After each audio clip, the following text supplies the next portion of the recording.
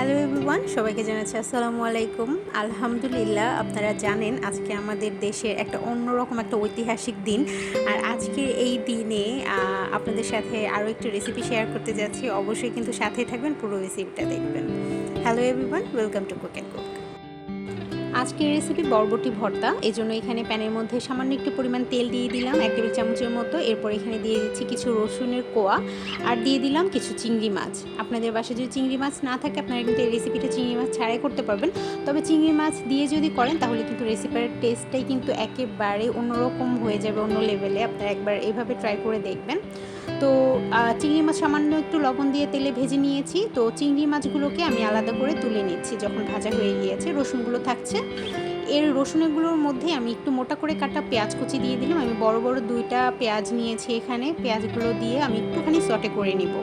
পেঁয়াজটা যখন একটু ভাজা ভাজা হয়ে আসবে, মানে যে সামান্য একটু পানি ছেড়ে দিবে, ঠিক সেই রকমই পর্যায়ে আমি এখানে দিয়ে দিচ্ছি বরবটি। এখানে আমি প্রায় 1 কাপের মতো বরবটি নিয়েছি। 1 কাপ থেকে একটু বেশি হবে, 1.5 কাপের মতো। বরবটিগুলোকে এরকম করে একটু কেটে নিয়েছি, আপনারা আপনাদের পছন্দ অনুযায়ী কেটে নিতে পারেন।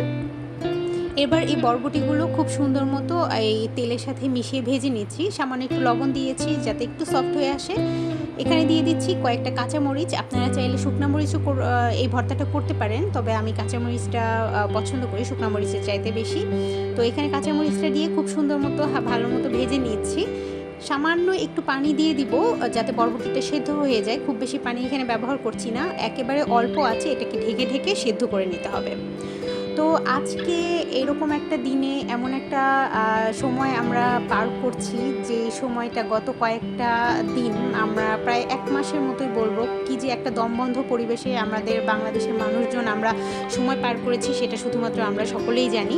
তো ঘরে বসে বসে আল্লাহর কাছে অনেক বেশি দোয়া করেছি, প্রার্থনা করেছি আল্লাহ যেন এই সংকটময় সময় থেকে আমাদেরকে মুক্তি করে দেয়। তো আলহামদুলিল্লাহ, আজকে এতদিন পরে নিজেকে একটা স্বাধীন বলে মনে হচ্ছে।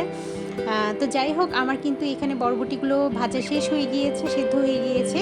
তো আমি এখানে আজকে পাটায় ভর্তা করব, এই জন্য এখানে চিংড়ি মাছ আর সেই বরবটিগুলোকে দিয়ে নিলাম সামান্য একটু লবণ দিয়ে। এবার আমরা সুন্দর মতো কেটেকে বেটে নিব। আর এটা আপনারা চাইলে হ্যান্ড ব্লেন্ডার অথবা ব্লেন্ডারেও কিন্তু ব্লেন্ড করে নিতে পারেন। তবে পাটায় বেটে নিলে কিন্তু এটার ভর্তার টেস্টটাই অন্যরকম লাগে। কথা বলতে বলতে রেসিপি কিন্তু প্রায় শেষ হয়ে গিয়েছে। কেমন লাগলো রেসিপিটা অবশ্যই কিন্তু জানাতে ভুলবেন না। আর সব শেষে বলছি, যাদের প্রাণের বিনিময়ে এই পর্যায়ে এসে আমরা আরও একটি স্বাধীন দেশ আবারও উপহার পেলাম, তাদের প্রতি শ্রদ্ধা জানিয়ে এখানেই আজকে শেষ করে দিচ্ছি। সবাই তো এইটার প্রমাণই অবশ্যই পেলেন যে একসাথে যদি আমরা সবাই মিলে থাকি, কোনো ভয়ই থাকে না। সব কিছুকেই কিন্তু আমরা একসঙ্গে জয় করতে পারি। আজকের মতো এখানেই বিদায় নিচ্ছি। সবাই ভালো থাকবেন। আল্লাহ হাফিজ।